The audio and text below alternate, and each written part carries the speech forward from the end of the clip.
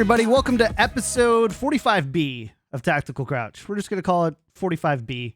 I don't know, maybe 46. We'll see. We're coming here on a day that we don't normally record, on a Friday.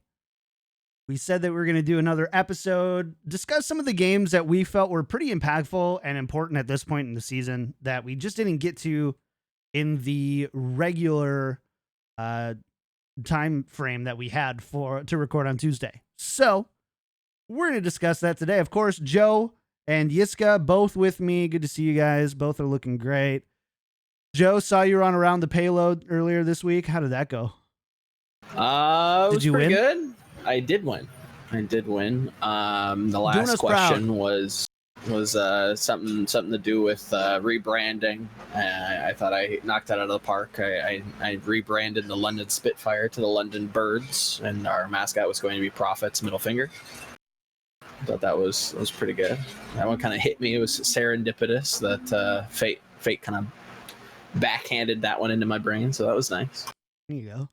Did you love it when you just get the perfect response? It's like when you're playing Quiplash and you just get you get it, or you're playing like Cards Against Humanity and you have the perfect card, and then you just it just fits. Because I was lost. I was like, the only thing I can think of is like changing the Mayhem colors to like the Vice City colors with like the cotton candy and the electric blue. I'm like, we could do that. I guess that's like a fan favorite. And then it just was like whoosh.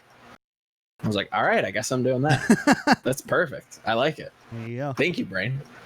Yiska, what have you been up to, man? Where are you at in TFT right now? Oh, I haven't played in a...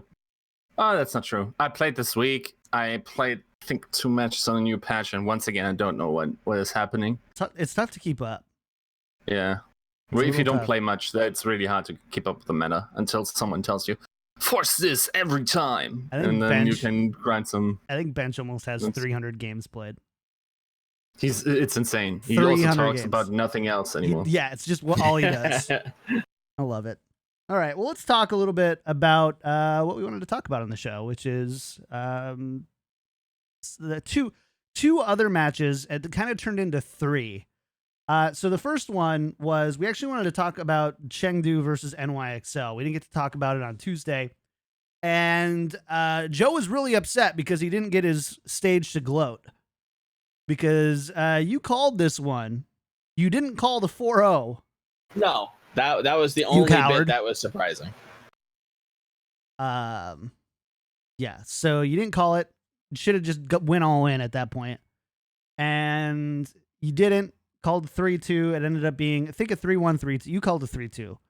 Yeah, Chengdu. I called it to be close. Chengdu irking it out on control maps. Yeah, didn't expect it to be that decisive. I kind of expected, last would it have been last week? I think last week we talked to Mineral, and he mentioned how 1 week within the Overwatch League matters so much. And I really took that to heart when kind of forming the prediction, because I went into that show thinking, yeah, I think Chengdu over NYXL is very reasonable for X and Y reasons that I described before. And then he's, pitching how much time is in between these 2 matches and how much experience you gain through practice on those with that time given. So I was like, oh, dang, this is NYXL. They have been able to adapt before. They should be able to kind of come in and bring some other sort of look. Turns out they couldn't. I don't think it was Chengdu playing incredibly well. I think they played pretty normal for how they have been so far. This is really just an attest to New York's kind of a slump. This is not a good look for them. I don't know where they want to sit. I don't know what roster they want to play. They don't want what compositions are good right now. They look just like very lost in the sauce. Can you, because you said they were able to adapt before, can you point to us, because I can't remember when they were actually ever good at adapting. I guess when I reference them adapting, it's mostly towards like the Sombra goats. I thought that turnaround wasn't that painful.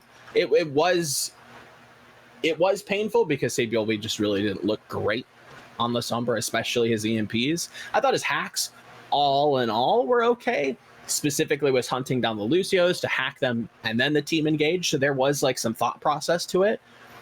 But it was pretty quick. Because I remember like stage 3, or it would have been end of stage 2 to end, like beginning of stage 3, I think it was around the time frame. We started hearing stirrings that like NYXL is doing some different stuff, and then they come out and then they play Sapiolbe and Sombra. It's like, okay, well this is different. So they're kind of changing their style immediately, and they've been a very, like you said, a very stuck in their ways, stubborn, stylistic team. They want to play this slow, turtley style of goats, which is fine. But they knew that it wasn't going to continue working for too terribly long, so they try to adapt. So I thought that Sombra changeup was a nice turn of events. It wasn't peak NYXL, I would agree with that, but I thought that turnaround was fine, so I kind of assumed that this, given the time, we're going into it would have been week 2 to play against Chengdu, you would have been able to see, the field, get a feel for how the meta's playing out, or at least how other teams are viewing the meta, and then play from there. And that just didn't happen. It seemed like kind of the same stuff from week 1, and the same problems kind of reoccurred. I don't know. I think the pattern now seems pretty obvious that New York is not a team that adapts well. Yeah. They are a pure refinement team. If you give them a preseason or season break to practice towards something, they can grind into a thing where they also have these styles that require refinement, like defensive goals, right? And as soon as something weird happens that they would have to rework, they take an incredible amount of time to get back into the know. I think, given how the patch theory looks like, so the projection, of course, being we're now playing this stage, and then the patch comes in before the playoffs, I think New York's season's over. And I also have to say, they were never really that deep into it, right? Because we had a couple of refinements over the season, and I felt like, yes, stage 1, stage 2. I mean, you can hardly argue with their record, other than pointing towards the division. But I honestly think that they will need to figure something out, or also in advance for the next season, because we know every 6 to 8 weeks the game will change. Yeah, and that will be a problem for New York, and maybe they need new coaching staff. I would even think it isn't on the players. I'm not sure if they're just slow. I find it weird for it to be on the players. Yeah. So this might be just like the dumbest question of like, John, have you ever watched an Overwatch League game in your life? Don't teams play 10 interdivisional games and 10 divisional games? No, they play twice as many divisional games as interdivisional. But they play, I don't know. Don't they play 5 games per stage? 7 games per stage. 7 games, so it's 28. Yeah. So then that puts them at... I think what Yiska is saying, I think you're referencing him saying that their season's over. I think he's predicting for the playoffs that patch change is going to gimp them again. They're going to be behind the 8 ball. They're going to get knocked out early. I think that's... I don't want to put words in I don't mouth, disagree with that at all. I was more talking about the comment about the reason why NYXL is so... looks better than they are is because of the divisional, and I can't remember. I think it was last year where they didn't play twice as many divisional games. No. What happened last year was you skipped every stage. You skipped one opponent, right? We had 11 teams that you could play against. Yeah, it was like round robin. Our stages, almost. had only one. So already that was actually quite impactful, as BZ proved later on, based on like some of the placements. I think Houston got actually screwed. They didn't dodge hard opponents, for instance. But this time around, I'm pretty sure it's the case. So how would that split up? If it's twice as many, 28 is not dividable by 3. So that's probably what I was probably saying, right? So yeah. I don't know. We once again rely on chat too. Chat, hit us. I learned my lesson trying to do math on stream, man. It's not, dude, it's not good. Wikipedia. Man. Let's go. Overwatch. Actually, League. that was the debate all along. They don't play themselves. I'm so dumb. Yeah, that is actually true. They don't play themselves. Sometimes they play themselves. I feel like London plays themselves quite often, but Yes. Yeah. Yes, they do. Speaking of a team that I kind of assumed would have a harder time adapting to this meta, London's been doing pretty good. Has London ever had a bad game against NYXL in franchise history? I think these teams will always have bomb games. I can't remember when they ever had a terrible one. To be fair, whenever NYXL wasn't that good or London wasn't that good, they probably dodged each other. But even when London wasn't good in the midseason last year, those games were still very, very competitive. I think there's just something. They both respect each other as these purely Korean lineups, and I think also Vancouver's now in that mix where there's just something extra, some extra quality to these games where you want to win more because these players also recognize each other to be the absolute Korean elite. Yeah. I mean, it's tough. It was tough watching that NYXL Chengdu game because I don't know, man. Sweet. Like Joe, who Tasty. who should take Widow on NYXL right now? Who should be that Widow? Because I mean, you've got Pine that they put on there. You've got Nene. You've got Flower, of course, who's played 70 minutes so far this year, a little bit more after their last game. But as far as I remember, they put very little time, if any time, on Widow. It's been mostly Brigitte and Sombra, right, or something dumb like that for the season. Yeah, I mean most of the season has been goats. So it's how much time behind the scenes have these bench players and kind of seventh, eighth men been practicing these specific heroes? It's hard to say. So like, there's a lot to NYXL's, downswing. Where's Pine if Widowmaker's going to be in the meta? I don't think she really is. I think she is on certain maps she can be used, sure. But I think majority of the time the meta is kind of settling down into, I don't know, there's not a jargon name for it. I've been told it's new goats with Reaper May, with this Moira Lucio all-in style, and you just kind of run at each other very much in the same way that goats did.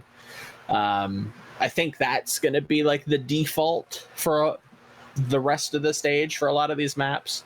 You might see teams throw in some alterations, like we saw Charge, I think last night, play Rhine on Control Center.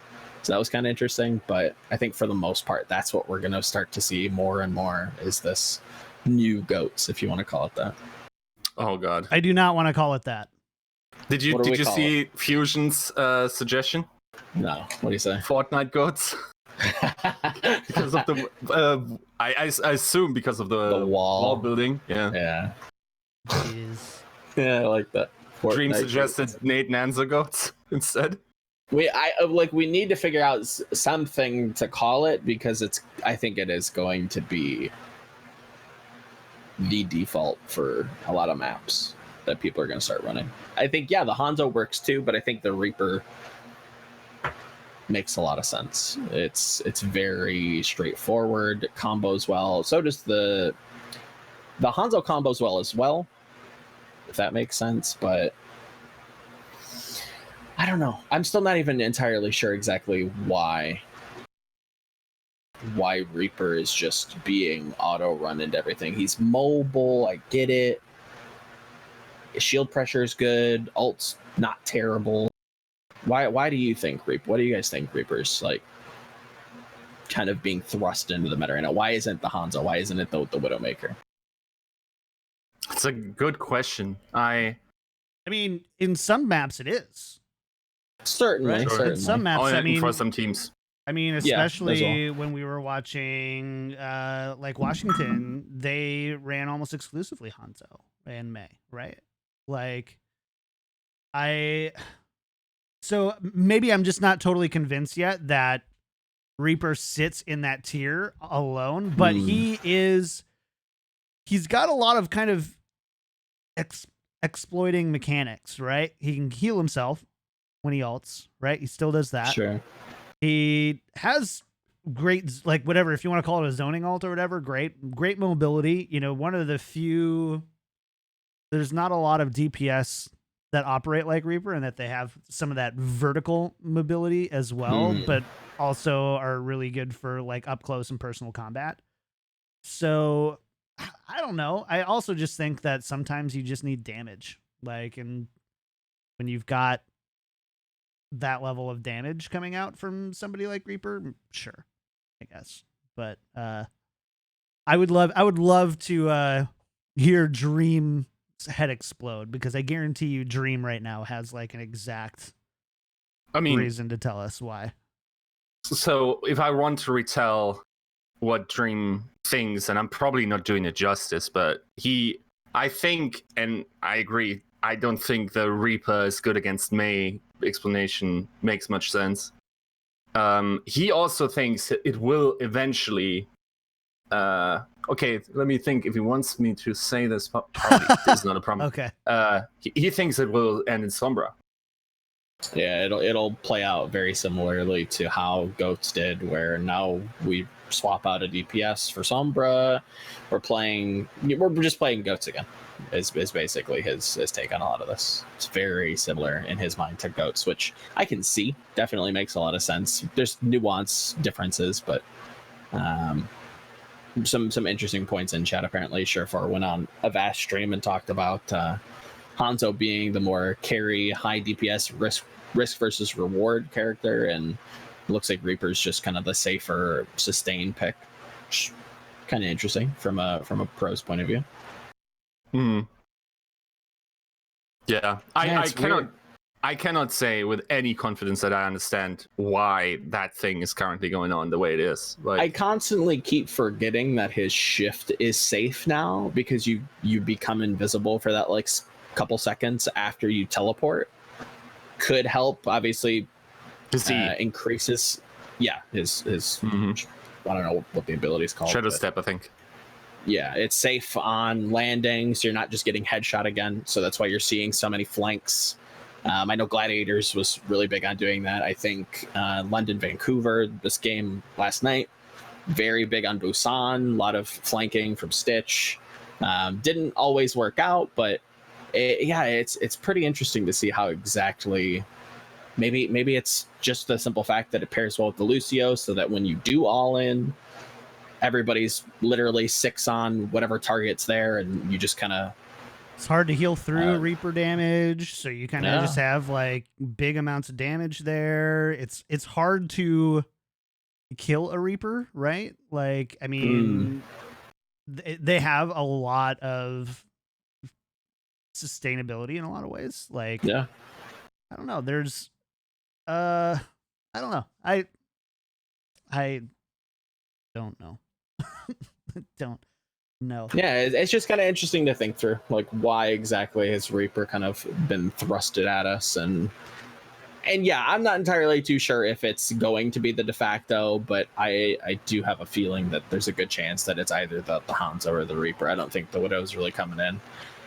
Sombra might come in as like a tech option if things get too stale, especially with the Reaper, because again, a lot of his kit is ability based. So if you just hack him out, well, cool. Now we can just kill you because you don't have shift, you don't have your mobility. And NYXL though did seem pretty content in running Widow, which is kind of my point. Yeah. It's like they kept running Widow, but the point is like nobody's looked very good on Widow, and you might want to blame that on the players, but you also might say it's just not. It's not a good pick. Not the hero to run. Yeah, it's just not a good pick. Like, it doesn't matter how good Defran was at Torb or Mangachu. It doesn't mean that you pick Torb. Although maybe I think the projectile speed change was just very big for Hanzo, where a lot of the applications where Widow came in beforehand now make sense for Hanzo. I think also there's a bunch of mechanical overlap now. Like the leading is not even that big of a thing now with Hanzo, right? And then also Sonic Arrow is nuts. Like Sonic Arrow is nuts. The burst that you get now from the thing is kind of crazy. Stormba? Yes, that's what it's called. Yeah. What if you headshot with what does it do? It eliminates. You win the game. Yeah. You win the game basically. But you saw, and I mean, my highlight for the week was I think Corey on Hanzo probably because he played that pretty masterfully. As much as I don't want to give it all the credit to Corey, like he did, it really has shown how much better, and the projectile speed has definitely helped, but just how much better Hanzo players are now at predicting movements and understanding these angles than they were even just a couple stages ago, because the amount of like shooting around the corner and all of a sudden here, think you're just like, what the hell? Yeah. How do you do? I've tried doing that in my diamond games. It doesn't work quite like that. It's just like nothing. There's nothing there. It's just nothing. So yeah, you got to play those angles better, I guess. Gotta be Sonic Arrow. Gotta know when they're coming. No. You got to educate it. They didn't have Sonic Arrow. They just educated the guys. Dink.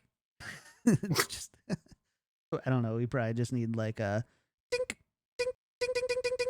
We got that there. That's the Stormbow. Ding, ding, That's when we make a great point. It's like we're headshotting chat.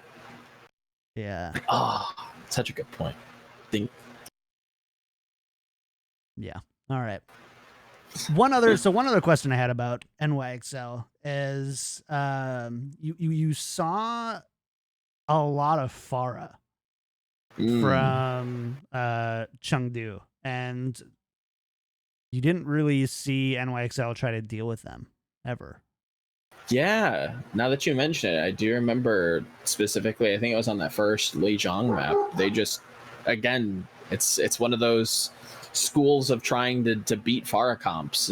And I don't know that it's ever really been successful in just ignoring her and taking like a land fight and taking have like Libero, the 5v6. right? Like, yeah, I mean, last year Libero had a great Farah. Yeah, it wasn't bad. Like he's definitely not bad at Farah, so it was really strange to see them like opt into not like in the first two fights, which again, like you're just kind of, I wouldn't say you're just actively throwing those fights, but you're just kind of like coming in with a really weird play style. But again, it's New York. They just look lost. Like they don't know. You look like a team that's trying to adapt as little as possible to preserve like their core game style, like play style. And that was, sorry, go on. Their core play style sucks. No, completely right. Like definitely. But if you remember the discourse, I'm pretty sure we had this on the show. Was Crouch there back then, or was that on Overwatch League Daily? I don't remember, but I think we attributed this to Wizard Young. That he was this hardliner that wanted to play only, like dive. And we are focusing on the beauty of Overwatch and playing whatever. I don't think that's fair anymore. That same quality of being unable to, on the fly, adapt things is still there. Maybe, like, that's the problem with, like, hearing a bit of a rumor and then sort of like that being blown up. And you really, like, coaching's so hard to evaluate, right? Yeah. You almost got to see what happens when someone's taken out. And also people improve rapidly in coaching, and it's so hard to judge. But also, just because a coach leaves doesn't mean like the philosophies and disciplines that they instilled in those players all of a sudden go. It's not like it's not like a professional sport analogy, which Yiska loves, where you grow up from the age of 5 pitching and going through new coaches almost every year, and things stick from you here and there, but ultimately you have this really adaptable player at the end of this time who, under this new whatever, it's like these are still 18 to 22-year-old kids who maybe have been coached in an esport a total of 3 years. I now see the parallel, Joe. You know, like NYXL are the macro guys that all have all these sick build orders and the macro build up, and then dirty little cheeses like you come in, just run Reaper hand Mei and cheese shit like this, and just run over the beauty. And also, all those games they're losing right now don't count. Oh, that's the one. That's the kicker. None of them count. You're right, because they're always sandbagging. You're right. No, Everybody just fast expands, and those don't count by the 6 pool. Sure, yeah, they don't count. We don't worry about those ladder points that we lost. 14 hatch. We just face check that bush every time. Third base before pool. It just so happens that there's people there. Yeah, just keep making those excuses. You're the king of excuses. No, that like if I win that macro game and I win every macro game, I have a 100% win rate. In honorable fights. You're right. In honorable fights, yes. And you define what's honorable. So you always have 100%. I'm basically the guy from Indiana Jones, you know, when this guy goes like with a saber and he tosses it up and does like sick tricks, and Indy's just like shoots him in the head, it's over. That doesn't count. This guy gets resurrected actually. Oh, does he? Yes. In saber dancing. Respawn instantly. Knock it off. This has gone on long enough. Let's talk about Chengdu. We talked a lot about NYXL, but we actually haven't talked about Chengdu. And let's be honest, as much as this was NYXL's game to lose, this was just as much Chengdu's game to win. And Joe, you called this. You said that Chengdu is a team that in this meta should beat NYXL. And you did say, some things along the line of, people, I think, are immediately thinking because it's no longer GOATs, we go back to see NYXL Season 1. When in actuality, even though we're going to 2-2-2, and we played some compositions last year that would be even today classified as 2-2-2. Sure. Yeah. Doesn't automatically mean that they're the best in the world at that again. No. But Chengdu very much... what's the right? They you saw something that poised them to win here. And keep in mind, this is a team, Chengdu, so far in stage 4 has defeated the Fusion. Fusion Uprising. Lost to the Gladiators. Narrowly. And then 4-0 narrowly in 5, and then 4-0 to NYXL. So we're a little all over the map yet. Chengdu does not have an easy rest of their schedule, right? They go to, where are my notes here? They play Spark this week, and then week 4 they play Shock and Outlaws. They're currently in 12th. They're right on the cusp. They could be the team that falls from 12th to 13th, especially if they don't, Spark, I think a lot of people are counting out because of the whole Crystal thing, right? But there's... Well, I mean, they also just don't look great. They just don't, but it's not... If you're taking Fusion to 5... Yeah, I think that was the big worry going into this New York game for a lot of people. I think if those earlier games look a little bit smoother, I think more people probably would have went Chengdu at this, but I think people were really gun-shy on 3-2, 3-2, 3-2. You go against New York, you assume New York's going to be a little bit better, and then Chengdu pulls out the 4-0, which is that's a big statement not only for them but where New York kind of falls within this metagame. I do think that they're going to beat Spark. I think that's probably like a 3-1. Again, predicting 4-0s is pretty difficult just because of how control works these days. Shock's going to be difficult for them, but it's not something that they haven't been able to overcome in the past. They've upset them before in the middle of GOATs, which I think that was their peak. I'm still not entirely too sure where to put Shock. I think they're within like the top 5, if not one of the best teams, if not the best team, but it's very unclear. And then Houston is, unfortunately, Houston. I think Chengdu probably beats them.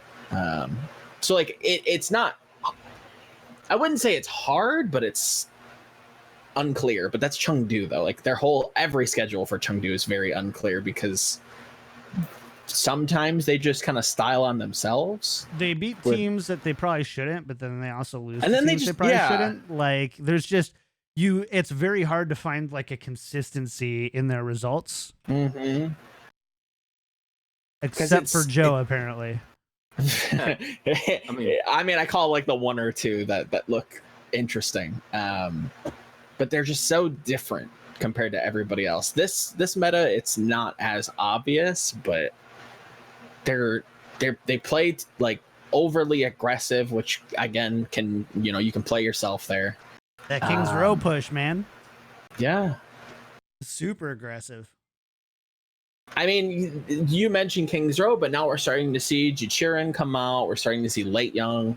They're back on their same BS with running weird comps. It's like nobody's running Ryan Zarya on King's Row. Nobody does that. But for whatever reason, they want to do that, and I don't know why. It's very bizarre. I think it's really interesting to look at, and I wish teams would come out with their own little style a little bit more often. Yeah, I think it'd be fun. Yeah, I think ultimately, because of how the schedule plays out, I think we're looking at Chengdu is going to actually get that 12th or maybe even 11th. I think so, yeah. Spot. The Valiant play the Mayhem next week, Uprising the week after, and then Shock and Gladiators, but that's in LA. Yeah. So in the homestand. So there's kind of this dark horse for LA Valiant here, where there's a potential especially if they show up at the homestand though, that they can really they can rob someone of that playing spot. Yeah. 100%. Dude, I really hope they make it to the next 2 weeks, winning both, so we get that last minute thing, because they likely will. Wait, do they have better map preferential? Let's see. They currently do. Okay, that is interesting, because realistically, they probably only need to win one, unless Joe is right and Chengdu actually wins against. I guess they would have to win two. So I think Valiant needs to win probably every single one. Florida should be beatable. Boston definitely is. Gladiators then. I wish it was the other way around. First Shock, then Gladiators. I think that would be more hype. But okay, you cannot have everything. But I hope they make it through Florida and Boston, so the hype gets kept up for this last homestand event. That all in all is just sick in the lineup. Yeah, it's going to be fantastic. But also that added storyline, like let's be honest, despite like the teams that have like one match, like Dallas, Valiant's probably the weakest one that has to play two. But at the same time, there is so much on the line for them that then this also develops another top-notch storyline. So everything really comes together in week 5, hopefully. I hope that storyline holds up till then. Not to get a little too off track, but you think Florida Valiant is decided already? No, that actually scares me a little. Yeah, I think Florida has a chance. Yeah. I think we can talk about that a little later, but Florida not looking bad. I must say, I'm still not sold. I'm not sold. The house is not sold. I have not foreclosed, but you're starting to win me over a little bit. You know why? Why is that? Because Swoosh is back in town. That must be it. That must be it. They're abusing the tree. That I can't argue with that logic. What does winning over mean? I think a good showing against the Valiant would be like, okay, I see you, Florida. You're doing good. I think a win over the Valiant would be like, okay, Florida's doing all right. I think I really don't. So what are you looking for? What answer would? I mean, I'm just trying to figure out what you mean by winning over. Do you mean their rebuild was successful? Do you mean? No, I just think they're okay right now. I don't. I just. I think a lot of people are ready to just jump because we have seen them have 2 solid performances against Toronto and against London. Again, I'm not entirely too sure how to weigh that London match because it is London and they just throw sometimes, or don't prepare. I don't know exactly what you want to call it, but I guess a solid performance against Valiant would at least build confidence. I guess that would be a better way to put it. Can I make you hate me, Tripod? Because I'm going to jump to another topic that I think is honestly really okay. Already, yeah, it's me. Underrepresented is, I think you will like this one. I think honestly we're not talking enough how hard Boston is fucking up right now. True.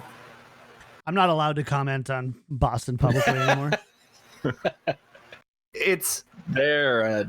How is everyone okay with them being probably the worst team in the league right now? Like, I got the biggest clown costume after like saying, "Oh, how Boston succeeds in economic roster building." Like, I wrote that in stage 1 because they sold Gamsu just before the season, right? On the 12th, season started on the 15th of February, and then it sort of worked for a while, and now it absolutely doesn't. Holy hell! I think they're not mathematically out yet. No, they are. So according to Eric, they are at 0.3% chance that they still make it in. They are the one team that has, I think, 8 wins right now. Like I think maybe they even are already disqualified or out. But that is really upsetting, isn't it, for a team like Boston? Like, who we thought, okay, wow, this is happening. And we remember how we thought this double trade Valiant Boston thing, how well that worked out for how well the other trades is in terms of with Shanghai and whatnot, and then also the RCK trade, how well that worked out initially, how both teams, both Dallas and Uprising, gained from that, and both teams really didn't, dude. Both teams really dropped off. At the time, they did okay. Both teams. I don't know if it was a honeymoon phase, maybe it was internal, solutions, finally, communication. I don't know. I don't half the time don't believe what the teams say PR wise. That might be true, but I've been, jaded and wronged by, teams so many times that I can't take them super seriously. But I think that's more of a symptom of the meta change in 2-2-2 and Dallas and Boston just, again, not having the right tools to play, or maybe not having a good understanding or a good idea or being comfortable in this metagame. I don't think it's because of the trade. I don't know that it's because of the personnel per se. I don't know. It's hard to put your finger on, but I don't think it's because of some sort of tertiary problem that happened in GOATs. Yeah, I think at this point, it's one fat data point towards that. You probably shouldn't sell your starters at the start of the season and try to catch up, even though, let's be honest, Fusion stepping in is about as good as that could have happened. That was just a Hail Mary. I appreciate how good Boston did during the first 3 stages, but you can't. I don't know that anybody can plan for just selling your main tank a month out maybe, and then bringing up your contenders level player to just be a stud like that. I don't think you can plan for that kind of stuff. They probably lucked out, honestly. That strategy probably is worse than. I hate both of those takes. I don't think that it was this random lightning thing where it's nobody knew of Fusions before and nobody knew that he was good. No, obviously but at the same time, I don't think that they expected him to have that level of impact. And I think that people who say that they did, or they knew it all along, or Coach Huck knows all kind of thing, I get it, dude. I've got my Boston Uprising shirt in the closet too, and I will defend my teams to certain extents. But whenever you're calling up players like this, there's always this risk reward thing that ends up coming up in anything, right? Like, what are the risks of bringing up maybe a talented player in like Fusions versus what are the rewards in doing so? They clearly felt that the reward of selling off their main tank and bringing that up was worth the risk, which, you know, give that Jonah Hill risk assessment Moneyball guy a raise, because at least for the first 2 stages, because that was fine. But Sure, now yeah. you're in a meta where Reinhardt isn't really a thing. So you're kind of back to being in trouble a little bit. And I agree with the Fusions. Like, we knew he was good. We didn't know he'd be this good on this team on such short notice. I completely agree with you there. But let's shift a little bit within Boston. Let's talk about Color Hex.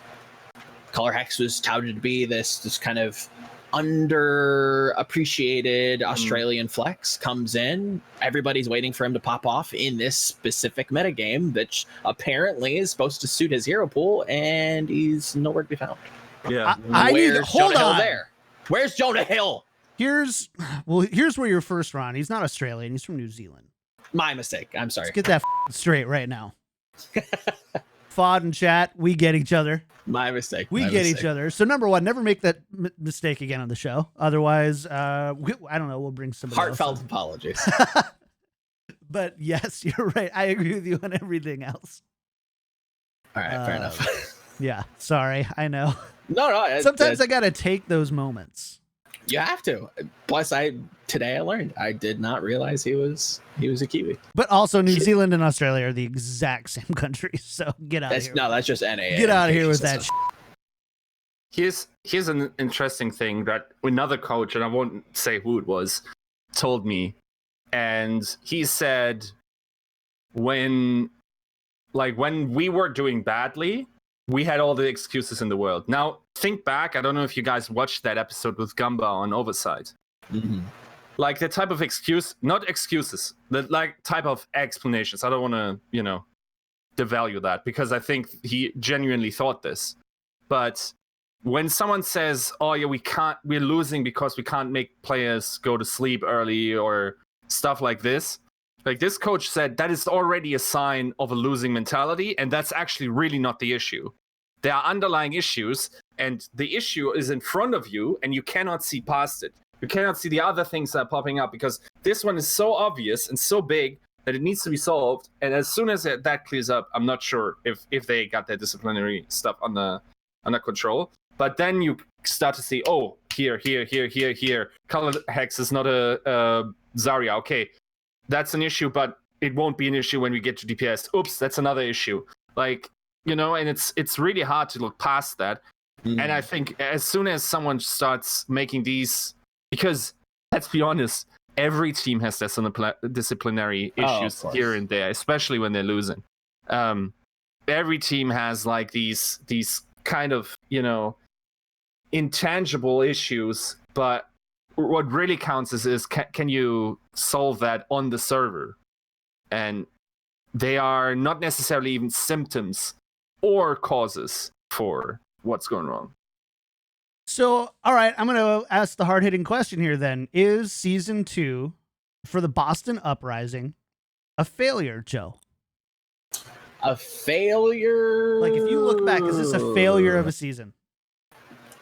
Again, I think... Has this proved to be wrong? The philosophy been wrong? Did they underperform? No. Any of that? I think they've overperformed, because, again, I didn't rate them very highly even going into the season. I pulled our rankings, by the way. You had them at 9. I had them Yiska at 9? Or 19. Okay, I was like, that doesn't sound right 9 at all. plus 10. Let me finish. And then Yiska and I had them at 17.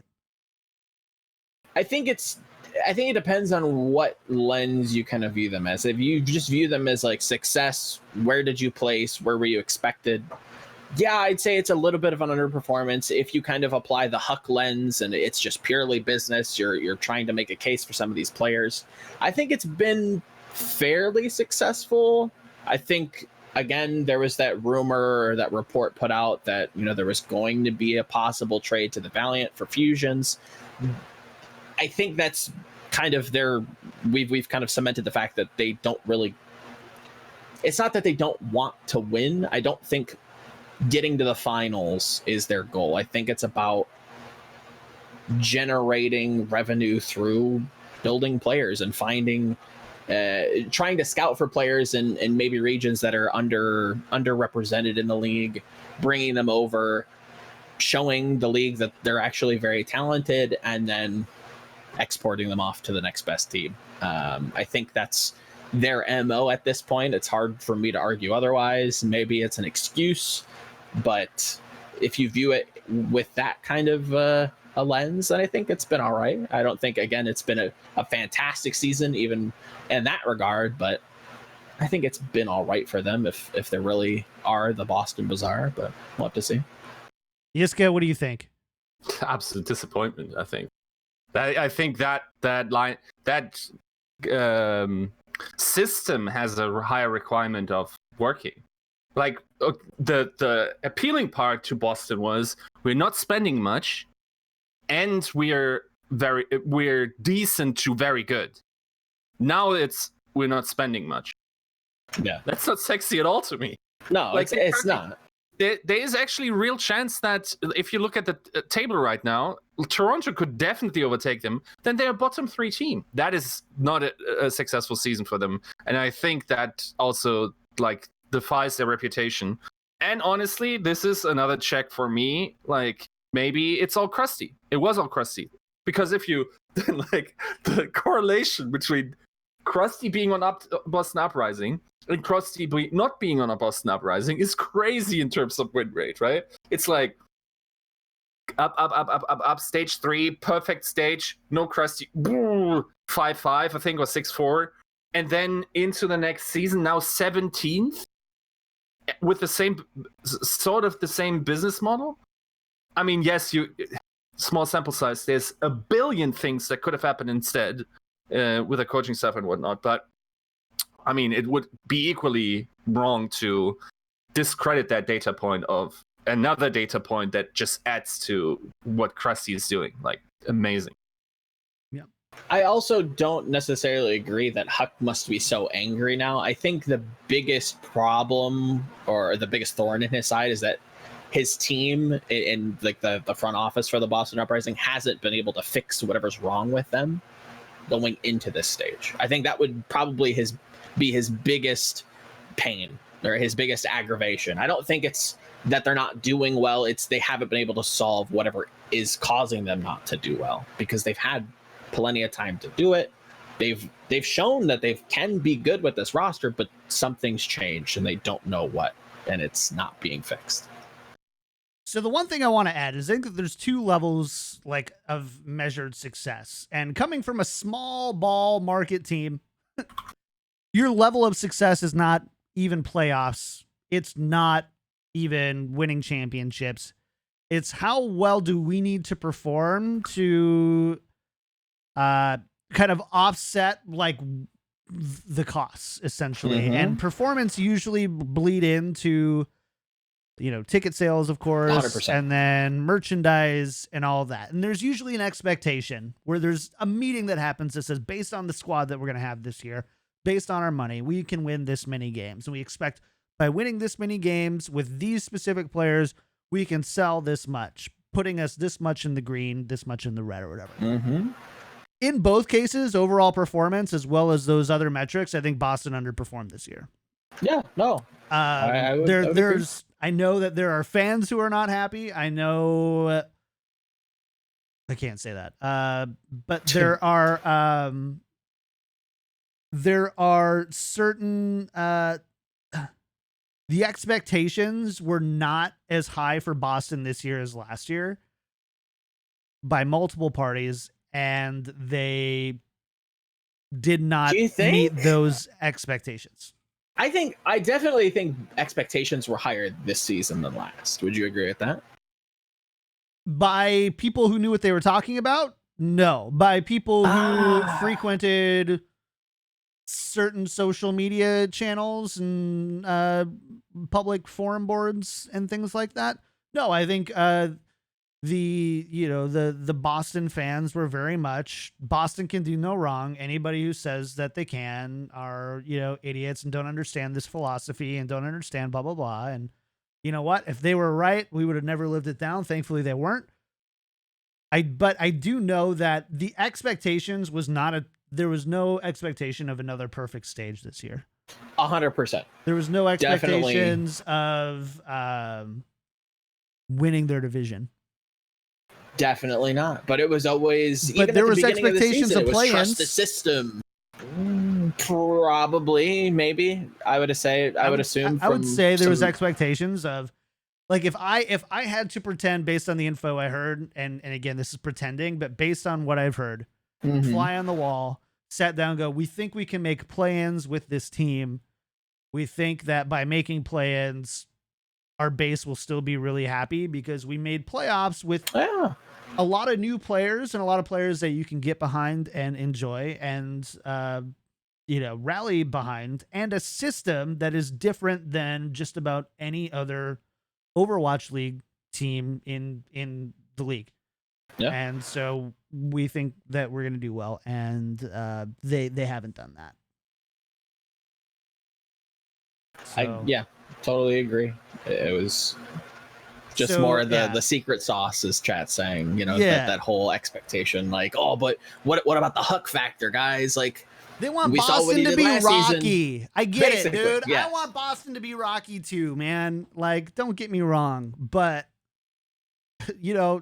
9 times out of 10, Dolph Lundgren just knocks Rocky out in the first round. They were close. I don't know. Like, they had like a nice showing, but it kind of went downhill, and hard to tell why. Well, I think and I think stage one, I think instilled some like false hope and like false security of like, okay, we're not where we wanted to be, but look at how good Fusions was for the first 3 weeks.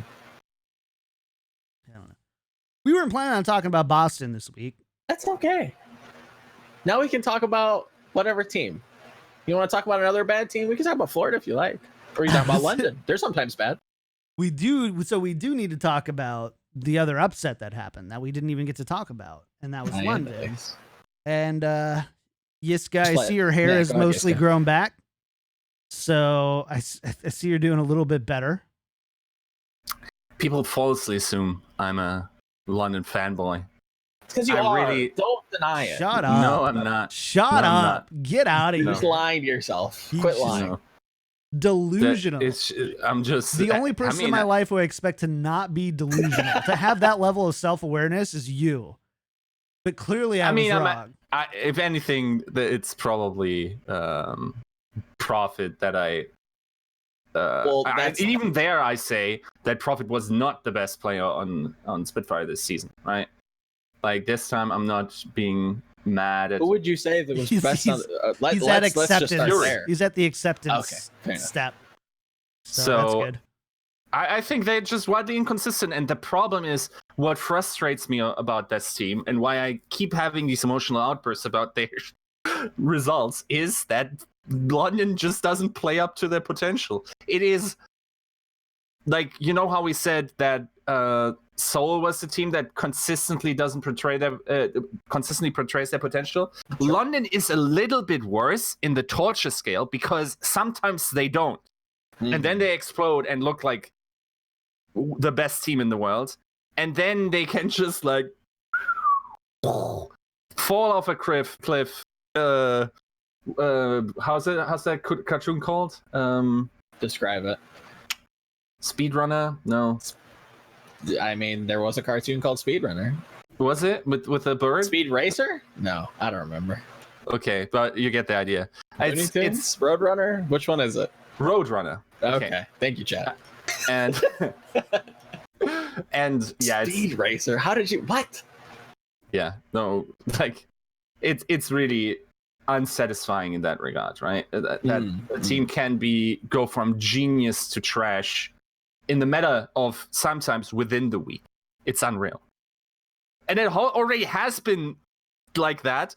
Like, maybe that was my bias last season, where it was like I was undervaluing Houston.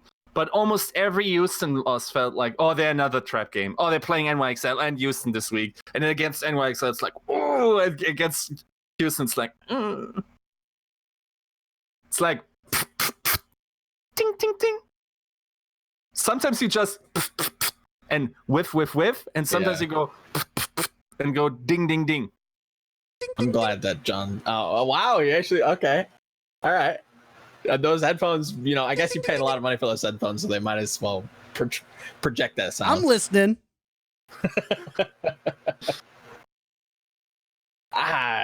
London's. Yeah. Okay, so what do you think? What do you think is like causing those inconsistencies? If you had to guess, what do you think? What's the problem? Over the years, I've had my video that did all right, and I thought it was. I pointed out there was inconsistencies, but I couldn't tell you why. Why do you think there's inconsistencies? If you had to guess. It's so hard to say. I don't even think there's a pattern in what way they fail. It's like you cannot even put it on Birdring. And then also they sometimes do really weird stuff with their substitutions. And then someone else falls off. And then someone else absolutely is not currently in form, like Gesture. And then last season it was Birdring. And then they also switch the Zarias around. And then, I don't know, it's like, and then they have structural issues, and then they bring in this coach that is a structure coach with a esports history, and then they still don't have structure. Yeah. They just look just like last season, and then eventually it's like, okay.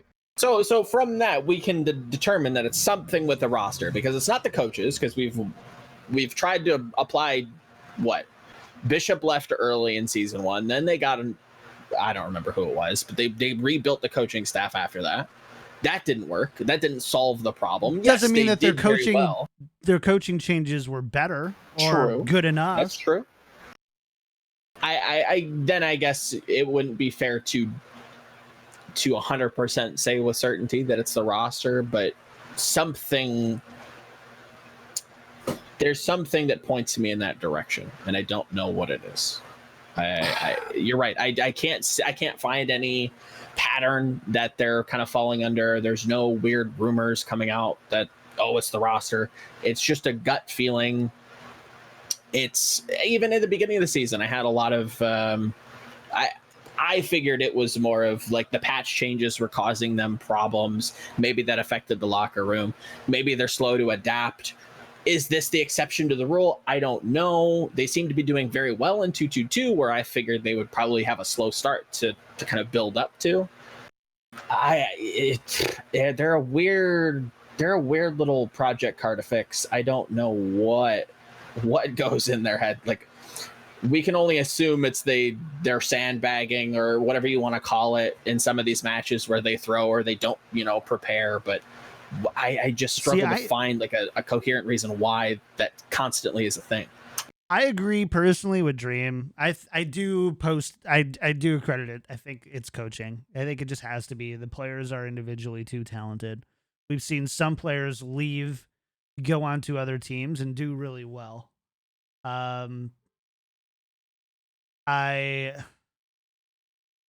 don't know. And they have changed quite a bit. Yeah. So I don't know. I would personally attribute it. I think there's not one thing. I think attributing it just to coaching is probably. I would say it's like a 50. It's one of those like he said, she said, meet somewhere in the middle, like 50-50. Like, I do think that the roster is very individually talented. They have thrown a bunch of coaches at the problem. It doesn't seem to work. It doesn't mean the coaches are wrong, but I don't know. I think it's somewhere in the middle though. Yeah. They're a mess. I know.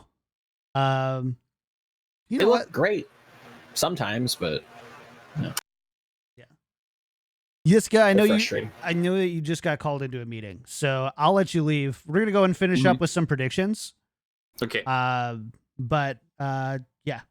Everyone say goodbye to Yiska. Bye. Later. All right. So, Joe, it's just you and me. We haven't done this before. Hi. Hey, I mean, it's just like Overwatch League Daily, but live. it is just like Overwatch League Daily, but live. We need to figure this out really quick. I'm gonna fix these cameras for a moment, if it'll let me. There we 20 go. coaches not trusting players, not trusting coach because they're poop. Definitely true. Could definitely be a thing. We're just We do have quarter main. keep The stalling. rap god. Keep stalling. I'm reading chat. What's up, chat? What's good? Hi, Dream. I do see you. I do read your messages. I don't know if you've noticed because I constantly lose my train of thought. I see you. I see you. What matches What's do we have going coming on? up tonight? Tonight, we've got Boston and Washington kicking off the day at 7 EST. Then we have Dallas Gladiators, Shock Dragons, and then we have Spark NYXL. Do you think Boston would ever sell Aim God to Shock? I think Boston would sell any player to anybody. Yeah, there's nobody. Yeah, there's nobody safe on that roster. Yeah. All right. Is there a reason for them to sell him? I don't know. I think Violet's been all right. I had some questions earlier in the stage, but I think they've been all right. I think Aim God would fill out their roster very nicely just in case something were to happen or if the meta were to change again in playoffs, but obviously window's closed now, so hard to say. Yeah. All right, let's talk about tonight's matches. Match number 1, Boston Uprising versus Washington Justice. It's got to be Justice here, right? Yeah. 3-1? Much to... Maybe 4-0? Like I said earlier, like it is hard to predict 4-0s, but if Washington comes out and looks as good as they did against Vancouver, and I do think they did look very good, I don't think Boston has much of a chance. But I'll say 3-1 just because control can just be control. Sometimes you just play yourself. Yeah. I think that's fair. I admittedly haven't watched enough Boston this stage to like have really strong feelings about where they're at, but I've watched a lot of Washington and they've looking pretty good. As long as Corey and Stratus keep looking as strong as a DPS duo, I'd put them top of the league right now with that as a DPS duo. They're just I think they're they actually seem very in sync, made for this meta, tailor made for this. Honestly, and like I don't want to get off subject, but I do think it's like incredibly disappointing that we might have a kind of a Cinderella team that won't be able to find any kind of success because of the meta change and how poor they were at the beginning of the season. Like I think it's going to be a nice bookend for their season, and it'll be kind of exciting to see what they look like coming into next season. Hopefully it's not, well, I don't know if I want to say that it's not too drastic, but I don't know. We'll have to see what Washington looks like next season. It should be interesting to say the least. Fuel versus Gladiators. Again, not much to talk about.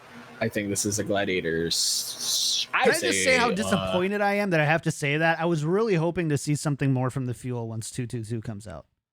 I had hope. Maybe did you it was, expect them to? Yes, I did. I thought did that. You? Yes, I thought that this would be a squad that we could see a little bit more of their kind of grassroots, what got them to Overwatch League in the beginning. Naive, probably on my part. Sure, fine, whatever. Yell at me, call me an idiot. I don't care. I expected more from the Fuel in a 2-2-2. I think everybody expected more, but I just didn't see where they could give more. Like AKM, yeah, you're good, man. Like I get it. Taimu, I don't know. I've seen him play before. Yes, 100%. I've been there. I've seen the plays. I've seen him pop off and headshot Bunny, on Dorado, whatever it was. But that's years ago. He hasn't played in a long time. He hasn't even been getting scrims, according to him, last stage. So it's hard for me to believe that they're going to come in and just pop off. I think everybody had expectations going into this season because of how good I think it was stage 4 of last season was. And I think they narrowly missed playoffs, if my memory serves me. But most of the time doesn't. I think expectations were really high on the coaching staff as well. They definitely kind of doubled down on that aspect. And I'm not saying that this is a coaching problem at all. No. There's also, I think, there was some preseason rumblings about how good Dallas was looking in scrims and how they felt about how their squad was coming together. That I think we put them in our... I can just go to the list right now. We put, Fuel all at number 9. It's the only place on the entire power ranking that we agreed. Well, agreed, yeah. And obviously they haven't quite made that number 9. They're at 13. Then again, between honestly, between 4 and 15, it's a 4-win difference. Like, it's it's certainly close, and I think even looking back at like the season 1 predictions, Dallas was always a team. I even had them in that wild card with Atlanta. Like, what's going to happen if Effect just doesn't work out and he just explodes, right? And obviously we know what happened. Hopefully he's, I don't know what's going on with him, but I think that was a big reason why we all assumed that, Dallas was going to do really well, is because they had that star player. So what may have happened if Effect was in 2-2-2? Would that have been a success? I certainly think it would have, but they don't have him anymore. I think that was a big blow to their season, losing that level of talent. It's disappointing. I don't know what's going to happen in the future. It's just kind of sad. Yeah. Sad to see such like an old guard team just like kind of just passing the torch at this point. Let's get to the interesting ones then, and we'll get out of here. Shock versus Dragons. I'm going to just say Dragons first before you do, so that I can be the Oracle. I don't think it's Dragons. I think this is like pretty confidently Shock. Yeah, me too. I think Shock have looked very good. Dragons still not entirely too sure of what they want to do. It's just not looking great for them. I didn't say it's bad, but I do think Shock is the best team. This game would probably be a decider for me on who really is the best team. If they do lose to the Dragons, then it's like, okay, then I have no clue. My best bet is to say Shock. I think that's the best answer right now. I think it's the most likely. So yeah. I think a Shock win here against the Dragons that aren't bad, but they're like, I think the big I think if they would have decisively beat the Defiant, I would feel a lot less. Yeah. Like that was a big one. Yeah, that was when you go 1-2 against Toronto, who, as much as we want Toronto to be really good. Yeah. Baroy represent. And they've been doing a little bit better, but a little bit better shouldn't mean you beat stage 3 champions, right? Right. So. I mean, I don't know. Like,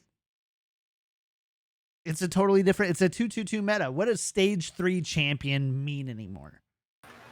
And maybe this is just my bias or my misunderstanding, but when you look at the compositions and the way that Shanghai played stage 3 towards the end with the Orisa, with the Pharah, it does lend itself to kind of having a head start in this meta. Or at least you would assume, or at least I would assume. I shouldn't project.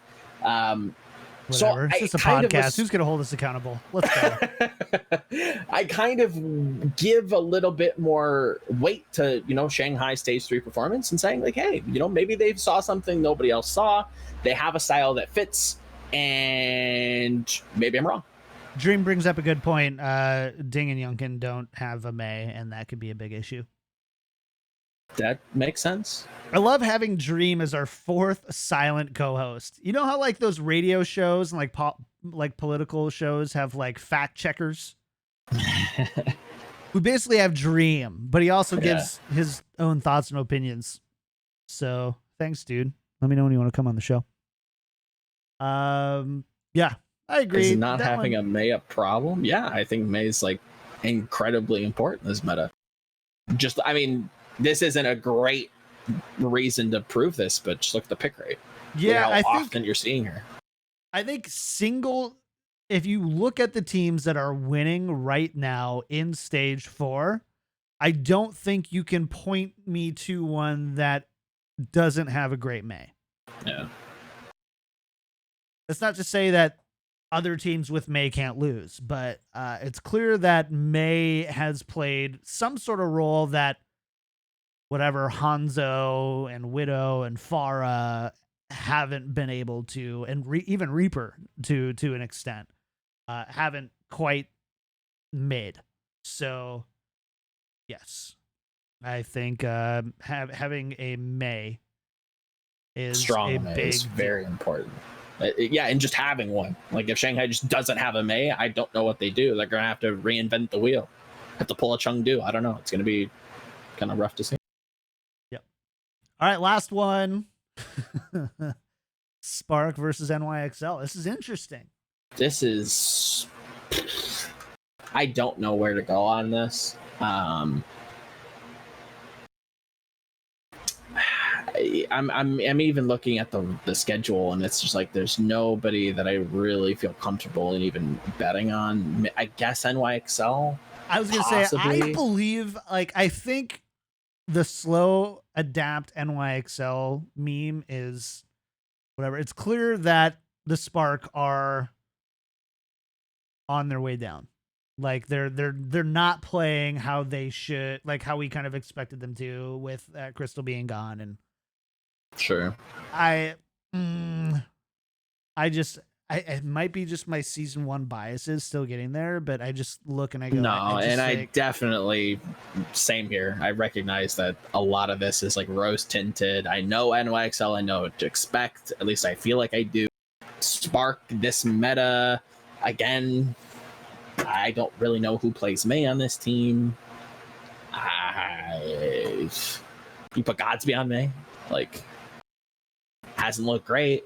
I sucks to say that I don't as know if an X6 fan, but full spiral dream. I think they're pretty dang close, but I think both teams are pretty spirally at the moment. Well, this is going to be like, a mud flinging. In reference to the Spark, I don't know, right? Like, you don't know what. You have 2 planes that are just nosediving. Oh yeah, I can't really tell which one's going to be better at turning into the spin. Yeah, sure. Yeah, I don't. This is going to be a dog fight. Like, this is Dream. Just tweet me. Just tweet me a smug tweet if I'm wrong. That's fine. Yeah, we'll do that. But then I get to tweet you a smug tweet if I'm right. Deal. Tweeticus.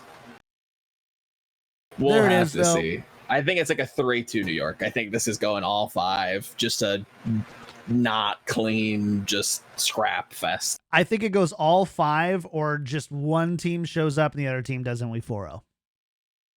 I don't see like a 3-1 happening. I like it.